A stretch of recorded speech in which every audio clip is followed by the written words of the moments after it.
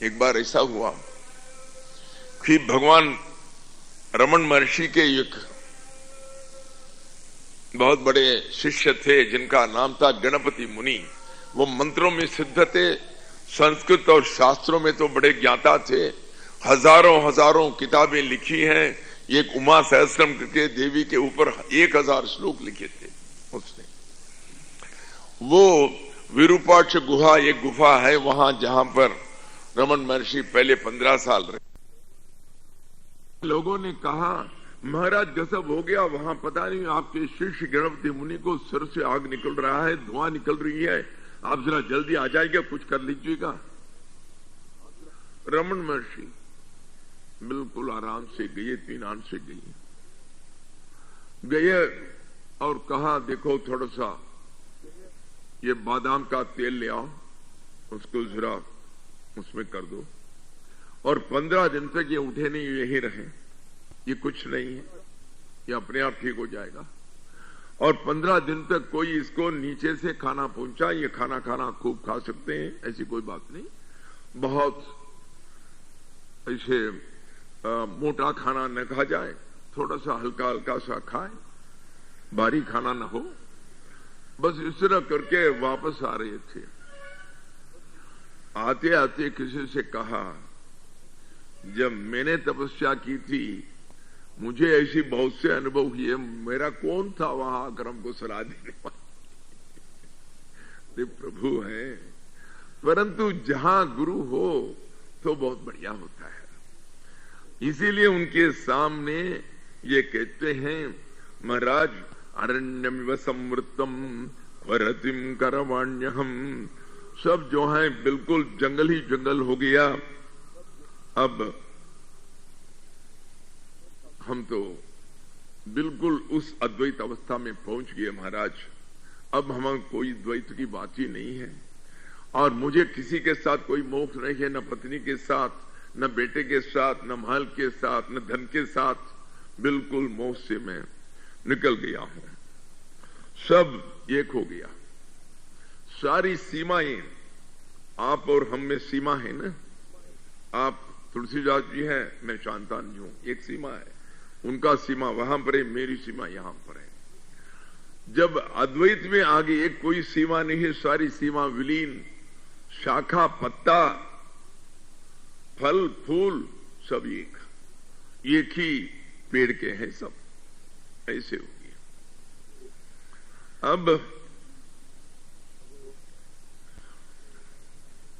अहो अहम नमो मह्यम यस्य मे नास्ति किंचन अथवा यस्य मे सर्वं यद्वांग मनस गोचरम। कैसी अवस्था! मेरी चरणों में मैं खुद झुकता हूं, मेरी नमस्कार हो, ये देखिए, ये एक बहुत अनूठी बात है। अब कहते हैं कि ऐसी अवस्था में आए, परमात्मा को पाए। किसने पाया? परमात्मा बने। परमात्मा बने कहां? परमात्मा तो पहले से ही रहे। जिसने अपने आप को जीव समझा वो है ही नहीं, अब वो तो खत्म हो गया, अब केवल परमात्मा ही है। अब परमात्मा किसको नमस्कार करें? महादेव सतत जपत मंत्र राम नाम, काशी मरत मुक्ति करत कहत राम नाम। भगवान शिव जी राम का नाम लेते हैं, राम शिव जी का नाम लेते हैं, भगवान तो परमात्मा का ही नाम लेंगे, और किसका नाम लेंगे? इसीलिए अब अपने आप को ही नमस्कार हो। क्या अर्थ है? नमस्कार का अर्थ कई होते हैं। अर्घ्य बुद्ध संहिता वेद का एक भाग है, उसमें नम शब्द का अर्थ ये लिखा है, न मम इति नमः। ये मेरा नहीं है, ये मेरा नहीं है, ये मेरा नहीं है, वही तो नमस्कार है। नमस्कार करके आप कहते हैं मेरा कुछ नहीं है महाराज, सब आपका है। जब हम नमस्कार करते हैं, अष्टांग नमस्कार कहते हैं, और स्त्री लोग और सन्यासी लोग उनको पंचांग नमस्कार विहिते, उसका भी अर्थ है।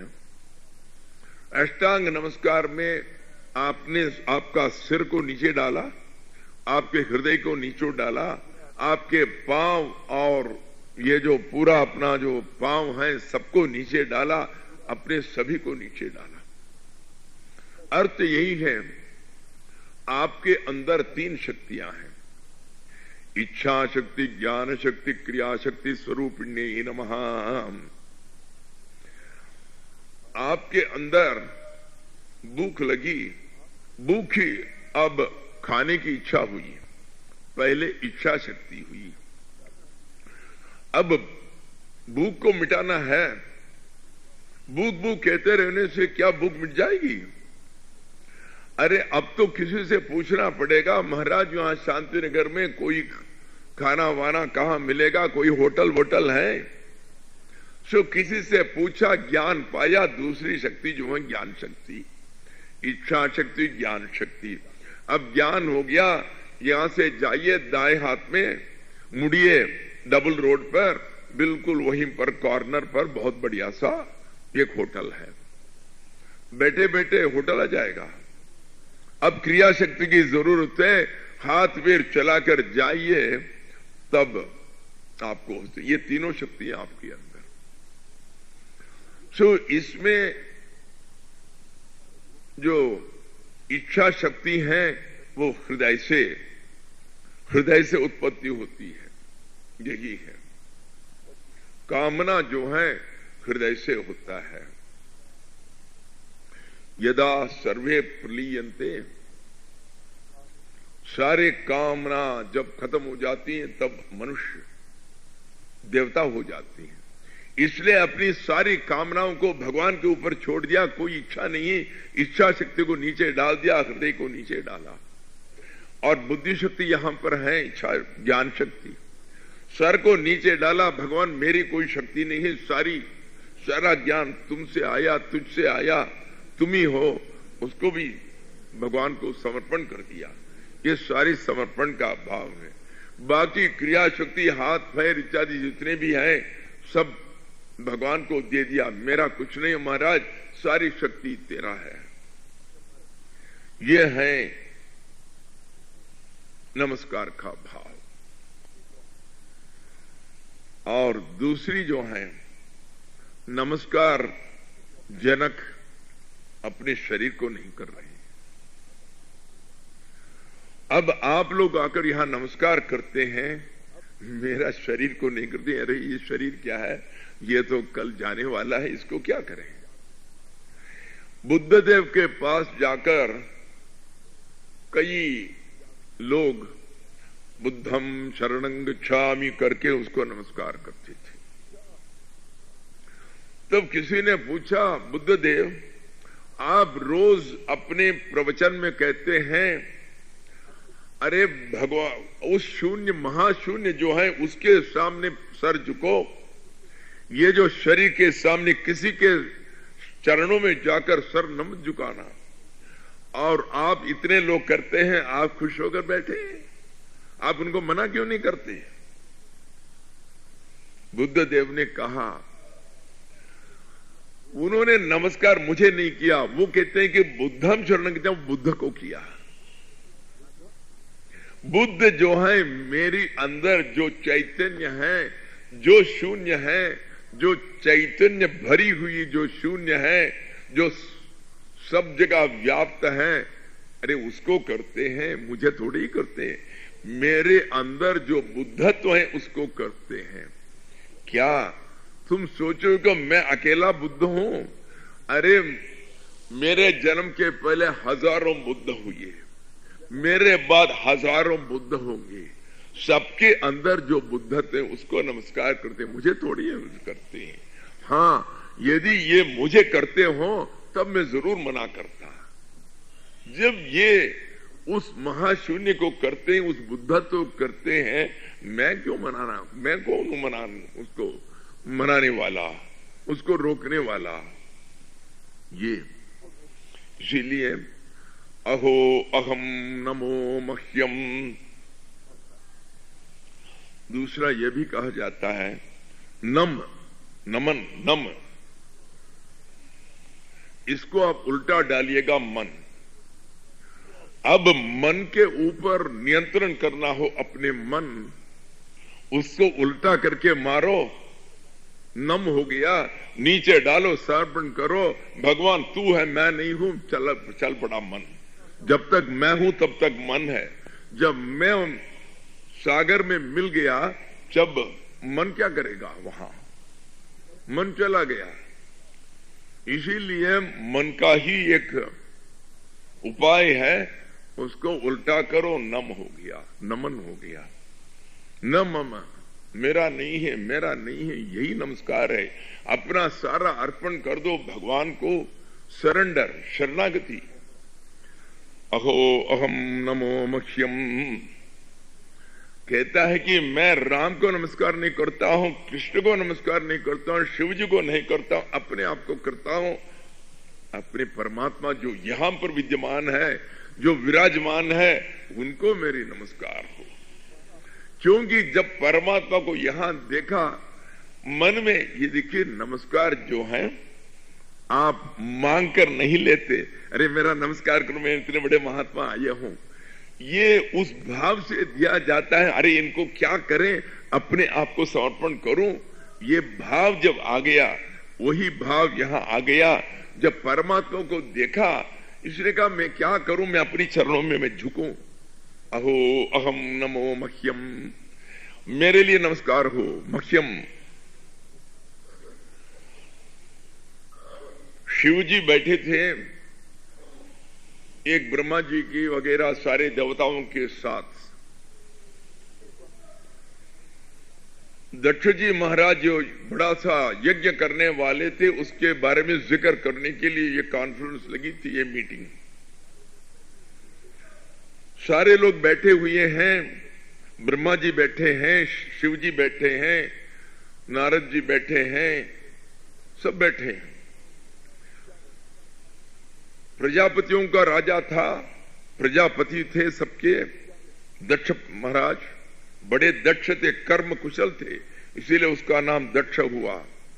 दक्ष प्रजापति आए, सब उठकर खड़े हो गए। दो लोग नहीं उठे, ये ब्रह्मा जी नहीं उठे, क्योंकि ब्रह्मा जी उनके पिताजी थे, पिताजी तो नहीं उठते पुत्रों के आने से। शिव जी उनके दामाद थे, उनकी बेटी सती जी का विवाह शिव जी से हुआ। अरे दामाद को तो ससुर का तो आदर करना था, पर शिव जी बैठे रहे, रूठे। दक्ष जी महाराज और आपस में इतने शाप प्रतिशाप वगैरह हुआ, भगवान वहां से चले गए। तब बाद में एक दिन सती जी पूछती है, देखो तुम क्यों इतनी छोटी सी बात पर तुम अकड़ कर तुमने इतनी बड़ी कर दी हो उसको। अरे क्या हुआ, ससुर तो है आखिर में तुम्हारा, अरे उठकर खड़े होते, उससे तुम्हारा क्या बिगड़ा। तुम क्यों ये छोटी सी चीज के ऊपर आपस में पत्र व्यवहार नहीं, कुछ नहीं। अभी देखो मेरे पिताजी इतना बड़ा यज्ञ कर रहे हैं, सबको लेटर डाला, तुम्हें नहीं डाला। भगवान कहते हैं देखो, जो भी नमस्कार किया जाता है, जो अंदर जो अंतर्यामी बैठे उनके लिए किया जाता है। जो समझता है कि ये मेरे लिए करते हैं, ये शरीर के लिए करते हैं, उसके लिए तो करना गुनाह है। यही बात है। अहो अहम नमो मह्यम, और यस्य मे नास्ति किंचन। अभी अभी सारा राज्य मेरा था, अभी अभी सारे वजीर मेरे थे, अभी अभी मेरी इतनी पत्नियां थी, अभी अभी मेरे इतने बेटे, इतने पोते, अब कुछ नहीं है, बिल्कुल दिवाला निकल गया। पता है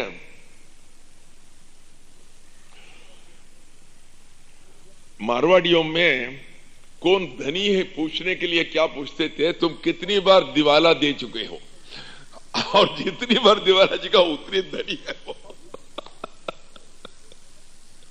तो इसीलिए वो कहते हैं मेरा कुछ नहीं है, एक दिवाला निकल चुके हैं, मेरे पास कुछ नहीं है, मैं तो उसके साथ समा गया। आजकल का पता नहीं, पुरानी बात में कह रहा हूं। अहो अहम न मे मह्यम यस्य मे नास्ति किंचन, मेरा कुछ नहीं भैया। हाँ, एक तरह से तो कुछ नहीं, जब मैं ही नहीं हूं मेरा क्या हो सकता है। जब मैं ही खत्म हो गया, जब केवल वो है, तब मेरी कोई चीज हो सकती है यहां पर। परंतु एक दूसरी दृष्टि से देखें, अथवा यस्य में सर्वम, सब मेरा है, सारी मेरी है। कब? जब मैं अपने आप को ईश्वर में लीन हो गया, जब मैं परमात्मा हो गया, अब मैं तो पूर्ण हूं। जो है दुनिया सब मेरी है, मेरी सृष्टि है, मैं ही उसका उपादान कारण हूं, मैं ही उसमें प्रवेश किया हूं, सब मेरा ही है। जब परमात्मा मेरा हो गए हैं, तब सारे वित्त मेरा है। ऐसा हुआ, तो आप सुने होंगे, जनक जी महाराज जो मिथिला में थे, मिथिला के बाहर उनके जो एक और गुरु, ऐसा है ना, कहीं तो अष्टावक्र को उनको गुरु कहा है, कहीं तो याज्ञवल्क्य को उनको गुरु कहा है। ये पता ही नहीं कि दो जनक हो सकते हैं। यदि आपके यहाँ आत्माराम एक ही नहीं, ये आत्माराम वहां भी हो सकते हैं, वहां भी हो सकते हैं, शांतिनगर में हो सकता है, जयनगर में एक हो सकता है, इसी तरह कुछ पता ही नहीं है। याज्ञवल्क्य महाराज मिथिला के बाहर अपनी कुटिया में रोज शाम को सत्संग करते थे, प्रवचन करती थी। वहां जो छोटे मोटे जितने सन्यासी थे, शाम को सब इकट्ठा हो जाती थी। परंतु किसी न किसी दिन कुछ दरबार के काम की वजह से जनक जी के आने में आधा घंटा देरी हो गई। जब तक राजा न आते, याज्ञवल्क्य जी महाराज प्रवचन शुरू नहीं करते। अरे उनको आने दो। तब ये सन्यासी लोग कहने लगे, देख ये कौन सा ब्रह्मनिष्ठा है, ये कौन सा ज्ञानी है, ये तो महाराज के चमचा है। उनको पता है कि ये कुटिया ने उन्होंने दे रखा है, महीने का इनका जितना चावल चाहिए, जितना आटा चाहिए, जितनी सब्जी चाहिए, जितना पैसा चाहिए वहीं से आ रहा है, इसलिए ये चमचा कर रहे हैं। जब तक राजा नहीं आते या प्रश्न शुरू करते, इसको ब्रह्मनिष्ठ ज्ञानी कहा। याज्ञवल्क्य के कान में पहुंचे, अरे बेवकूफ है, इतने लोगों में मेरे सत्संग को सुनने लायक एक ही हैं, वो है जनक। ये सब ऐसे बैठे हुए हैं, पता नहीं कितने जन्म के बाद ये लोग लायक बनेंगे। परंतु उनको समझाना है। अगले दिन सत्संग चल रहा है, कोई एक दौड़कर आया, एक पड़ोसी, कहा, क्योंकि आसपास में बाकी जितने सन्यासी हैं उनकी कुटिया है, महाराज गजब हो गया, ये जो स्वामी जी लोग बैठे इनके सारे कुटियाओं में आग लग गया। कुटिया में क्या रखा? इनका कल का कौपीन रखा है, उसको धोकर डाले हैं और कुछ नहीं है। अरे आग लग गया, कोई इससे पूछा नहीं, महाराज हम जरा जाकर आ सकते हैं? बस सब भाग गए। अरे सत्संग चल रहा है, कोई पूछा ही नहीं, महाराज हम चले, हमको माफ कीजिए, कुछ नहीं है, चल पड़े। अरे हमारा कौपीन चल जाएगा, जल जाएगा। सब चल पड़े। अब वहां जाकर पता चला ये गलतफहमी है, उनका कुछ नहीं हुआ, कहीं कुछ हुआ था, यहां इनका कुछ नहीं हुआ। वापस आ गए। अच्छा महाराज आप सत्संग शुरू किए ना, आज का सत्संग खत्म, चलो कल हो जाएगा। अरे तुम लोग सत्संग के लिए थोड़ी आए, यदि आते तो हम भाग जाते क्या? अब 4 दिन के बाद जनक जी महाराज बैठे हैं, सारे सन्यासी लोग बैठे हैं। महल के 2 सेवक दौड़कर आए, बड़ी घबराहट। परंतु सत्संग में कोई नुकसान नहीं किया। नीचे नीचे से रेंगते हुए जनक जी महाराज के पास, ये सत्संग चल रहा है, कान में कुछ फुसफुसाई। जनक जी महाराज एक दो लफ्ज बोले, सब चले गए। सत्संग चल ही रहा है, सत्संग में कोई बाधा नहीं हुई। और आधा घंटा हुआ, सत्संग खत्म हुआ।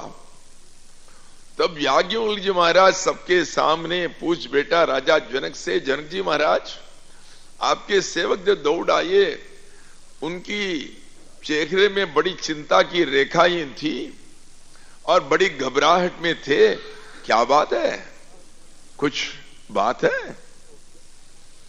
याज्ञ वो जनक जी ने कहा महाराज ऐसी कोई बड़ी बात नहीं, ऐसा कि सारी मिथिला में आग लग गई है और खासकर मेरे रनिवास जहां मेरी बीबियां और मेरे बच्चे रहते हैं वो पूरा आग के लपटे के अंदर हैं। वही कहने आए। अरे और तुम यहां बैठे हो, आधा घंटा हो गया। तो हमने कहा महाराज मेरा जाकर क्या करना है? मैंने उनको बता दिया, अरे फायर इंजन को बुलाओ, वो जो करना है करेगा, मेरा क्या करना है। तब वो कहते हैं अनंतम बत में वित्तम यस्य में नास्ति किंचन मिथिलायाम प्रदीप्तायाम न मे किंचित प्रणश्यति। मेरा क्या रखा है, मेरा है कुछ? यस्य में नास्ति, यहां भी वही वर्ड आती है, यस्य में नास्ति, अहो अहो अम नमो मह्यम यस्य में नास्ति किंचन। मेरा कुछ नहीं है। जब मैं कुछ नहीं हूं मेरा क्या हो सकता है? मेरा भी कुछ नहीं है। परंतु जैसा ये कहते हैं अथवा यस्य में सर्वम, इसी तरह वो कहते हैं अनंतम बत में वित्तम। दूसरी दृष्टि से देखे जो अनंत है, जो सीमा रहित है, जो सारा सागर है, सारा सागर मेरा है। अनंतम बत में वित्तम यस्य भी नास्ति किंचन। इसलिए यदि आप समझे मेरा वित्त अनंत है, उसमें कुछ भी जल जाए, कुछ भी चल जाए, तब भी अनंत ही है, कोई कमी नहीं पड़ती।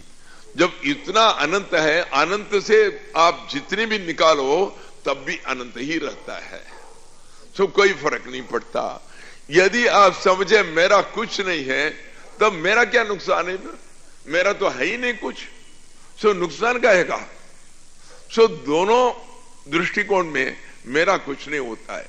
मिथिलायाम प्रदीप्तायाम न मे किंचित प्रणश्यति। सारी मिथिला नगरी जल जाए, मेरा कुछ नहीं हुआ, मेरा कोई नुकसान नहीं हुआ महाराज। मेरा क्या हुआ? मेरा तो कोई नहीं है। मेरा यदि हो तो परमात्मा है जो अनंत है, उनका तो कोई नुकसान नहीं हो सकता, उनका कोई बिगाड़ नहीं सकते हैं। और क्या? और यही यहां कह रहे हैं अथवा यस्य में सर्वम। नहीं तो ये कह सकते हो यद्वांग मनसा गोचरम। वाक, मन, शरीर, इनसे जो देखा जाएगा, जितने भी वस्तु हैं इस दुनिया में, सब मेरा है। क्योंकि मैं परमात्मा के साथ लीन हो गया हूं। अब मैं जनक जी नहीं हूं, जनक जी मर गया, जनक जी मिट गया, मैं नहीं हूं, केवल वही है। ये सारी जितनी भी वो वाक के गोचर हैं, जो मन के गोचर हैं, जितनी भी तुम कल्पना कर सकोगे, जो भी तुम्हारे वाक से तुम वर्णन कर सकोगे, सब मेरा है, सभी मेरा है। ऐसा है। ये सब ऐसी चीज है, ये बोला नहीं जाता है। कभी कभी जब ऐसे कहते हैं ना, आप लोग समझेंगे, देखो इनके अंदर कितना अहंकार। ये कहता है कि सब मेरा है। ये जनक जी होकर नहीं कहते। ये सब समझने के लिए भी थोड़ी बहुत हमें ज्ञान चाहिए। कभी कभी इसीलिए महात्मा लोग मौन भाषा में ही बोलते हैं, बोलते भी नहीं। ये तो जनक जी अभी अभी पहली बार देख रहे हैं और यकाएक छलांग मारा, इसलिए वो अभी विस्मय हो गया है, वो उद्गार है इनके। परंतु ऐसा था, एक राजा को इच्छा हुई कि कोई महात्मा को बुलाकर सत्संग करवाएं, कुछ ज्ञान की बात सुनी। तब किसी ने कहा एक बहुत बड़े बुद्ध के अनुयायी बहुत बड़े बूढ़े महात्मा हैं और बहुत बढ़िया सा ज्ञान देने वाले हैं। ये खुद गए, उसको बुलाकर लाए, उनको सिंहासन में बिठाया, सिंहासन में बैठे, सब उनके सामने बैठे हैं। एक घंटा हुआ, वो कुछ नहीं बोले, मौन में बैठे। राजा भी ऐसे ही सर झुके हुए खड़े हैं। ये कहे कि उठे, 3 बार मुक्के मारे टेबल पर, चले गए। राजा को विस्मय आया, क्या हुआ, हमारे से कोई अपराध हुआ क्या? वजीर से पूछा, भाई क्या हुआ? अरे वो तो प्रवचन तो कर दिए। अरे जितना प्रवचन अब किया, जितना प्रभावशाली था, इतना प्रभावशाली कभी नहीं किया दुनिया में, ऐसे किया इस बार। अरे इसमें क्या प्रभाव था, हमें तो पता ही नहीं। अरे आपको पता नहीं, मैंने उनके कई प्रवचन में गया हूं, वहां तो 5 मिनट बैठते थे मौन, यहां तो घंटे भर बैठे, घंटे भर वो प्रवचन करते रहे। अवचने न प्रोवाच, वचन नहीं है पर प्रवचन किया, वाणी ने निकली, बहुत फर्स्ट क्लास प्रवचन हुआ। वो यहां किए हैं, इसीलिए वो 3 बार ऐसे करके गए हैं। तुम्हारा तीनों गुणों से तुम मुक्त हो जाओगे करके गए हैं। न सत्वगुण रहेगा तुम्हारे अंदर, न रजोगुण रहेगा, न तमोगुण रहेगा, अब तीनों से मुक्त रहेगा। इसीलिए तो 3 बार मुक्के मार कर गए हैं। अरे महाराज, ऐसे प्रवचन आज तक उन्होंने किया नहीं है, आप इतने सौभाग्यशाली हैं। राजा समझे न समझे, वजीर ने तो समझ लिया। ये है। सो अब आगे हम कल देखेंगे। ओम स्वस्ति प्रजाभ्य परिपालयन्तां न्याय्येन मार्गेण महिं महिषाः गोब्राह्मणेभ्यश्च भवस्तु नित्यं लोकाः समस्ताः सुखिनो भवन्तु सर्वे भवन्तु सुखिनः सर्वे सन्तु निरामयाः सर्वे भद्राणि पश्यन्तु मां कश्चित् दुःखभाग् भवेत्। ओम नारायण नारायण नारायण नारायण नारायण नारायण नारायण नारायण नारायण। ओम नमो भगवते वासुदेवाय। ओम नारायणार्पणमस्तु नारायणार्पणमस्तु नारायणार्पणमस्तु। ओम